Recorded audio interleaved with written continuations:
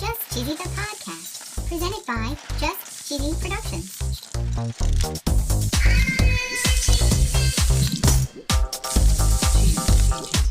Hi there, I'm your host Fondue. I'm Cheesy. In honor of National Cheese Lovers Day, we're going to learn about cheese lover terminology. Ooh. We're going to talk a little bit about cheese single flavors. Okay. We're going to talk about glove remnants, Ew. burns, Oh. and an Arby's cheese keychain. Whoa. And of course, no episode would be complete without our very cheesy joke. Go joke. Stay tuned for episode 114, Turophile, on Just Cheesy the Podcast.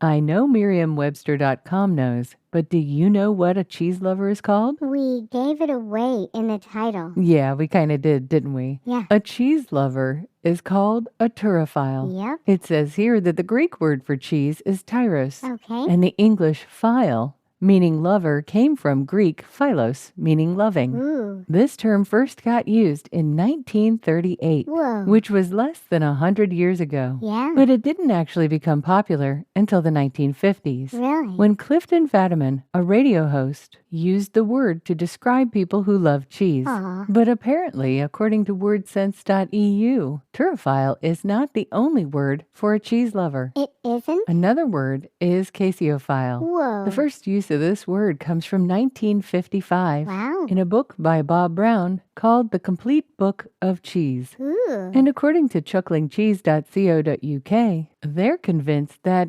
turophile and caseophile are very different words. Whoa. While a turophile is someone who loves cheese, Right. they say a caseophile is someone who has a particular interest in collecting cheese. Collecting cheese. And they have an extensive knowledge of cheeses, and they may have even visited different countries to try them out. Ooh. They say the caseophile likes wine. Ooh. They like to learn about the history of their favorite food, as well as the various production methods. Wow. They differentiate the turophile by saying they have a passion not only for cheese, but all dairy products like butter and yogurt. Yum. And WisconsinCheese.com has a couple of other cheese terms. Really? They have a fancy word for cheese making, Uh-oh. and I'm going to butcher it. Yeah, you are. It's probably called caseculture. Oh, boy. Affinage is a French word that describes the aging or ripening of cheese. Right. There's a French word Oh, boy. for a cheesemaker called fromager. Okay. It's probably fromager. Yeah.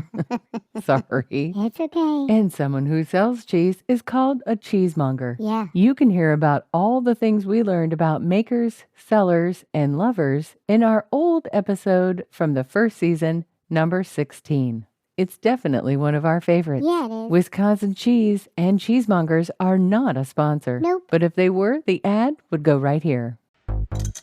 Have you ever wanted to listen to the web? Yeah. Well, Newsly makes that possible. They do? They're an all-in-one audio super app for iOS and Android. Super app. You can listen to trending articles on the web on topics that you choose and get them read to you in a natural human voice. What kind of topics? Sports, Cheese? tech, business, science. Cheese? I'm sure there's even cheese. Yay! They even have an entire section for podcasts. Are we there? Of course we are. Ooh. It's one of my new favorite podcast apps. They even have digital radio. Holy cow. Just go to www.newsly.me to download it free. Whoa. Or use the link in the description.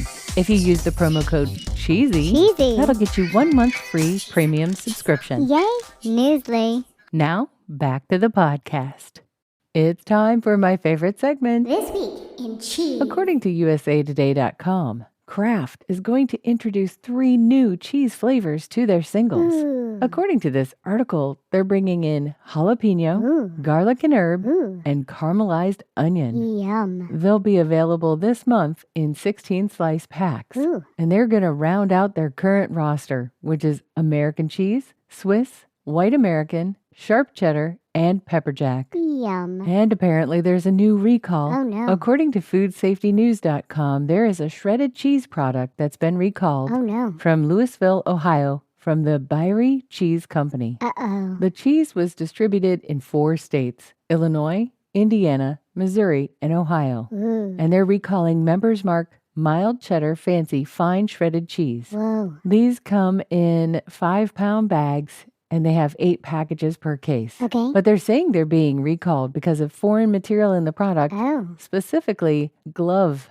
remnants. Oh, no. This is a good note for anybody that's shredding cheese. Try to Yeah. keep your gloves and hands out of the grater. Yeah. According to TribeLive.com, a woman is suing Kennywood, Oh, no. alleging that she got second-degree burns after the hot cheese from her potato patch fries dripped onto her hand. Ouch. Now, before you start getting, oh, there's so many frivolous lawsuits, let's talk a little bit about severe burns. Yeah. This wouldn't be the first lawsuit about severe burns and hot cheese. Really? According to burn-injury-resource-center.com, Whoa. back in 2011, a couple filed a suit in California against Walt Disney Parks. Oh, no. They say their young son suffered severe burns because of scalding hot nacho cheese. Aw. And I know a lot of people make light about the McDonald's lawsuit from 1994. Yep. But there are some suggestions out there as to how hot products should be served. Yeah. And according to nrckids.org, they talk a little bit about hot liquids and food. Okay. There are some pretty alarming stats in this article. Yeah.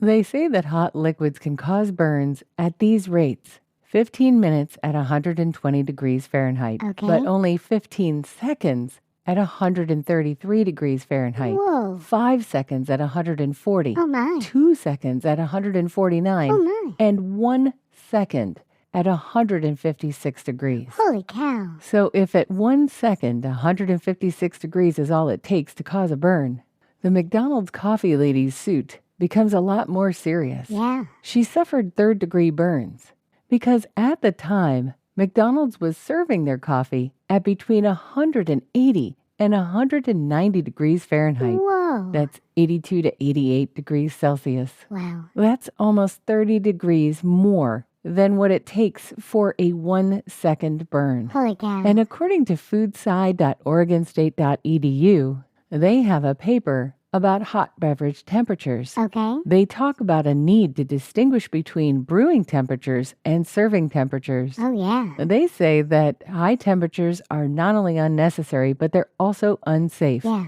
And they suggest an appropriate range for service temperatures between 130 and 160 degrees. Wow. MayoClinic.org suggests that you should cool the burn by running it under cool, not cold, running water for about 10 minutes. Okay. And they say if the burn is in your mouth, place a piece of ice in your mouth for a few minutes. Ooh, ouch. Make sure to remove any tight items from the burned area and don't break the blisters. Whoa. But I'm not a doctor. No, no. And I'm also not a scientist. No, you're not. So if you've suffered a severe burn, you may want to call your doctor or call 911. Yeah. Be super careful out there with your hot cheese. Yes, please. And in the last article this week, according to WTHR.com, Arby's is offering something pretty cool. Ooh. I can't tell if this was just on January 20th or not, but they said for $2, you can have the keys to the cheese. Ooh. They're selling a keychain that can be used for free cheese cups for the entirety of the rest of 2024. Holy cow. They're also selling a 2 for $7 meal. It's called Cheddarthon, Ooh. and it includes its beef and cheddar, fish and cheddar, or fried mac and cheese bites. I'm ready for a joke, Fondue. Okay, why do turophiles love cheesy jokes? I don't know. Because they love to have a Gouda laugh. Do you get it? A Gouda laugh. So dumb. Yep, it was just as dumb as they always are, Yeah. and a little bit cheesy. Thanks for listening to Just Cheesy the Podcast, episode 114, Turophile. Thank you. If you're a cheese lover like we are, Yeah. let us know what you did on the 20th Oh, to yeah. celebrate this very special cheese holiday. Yay. Cheesy, everybody.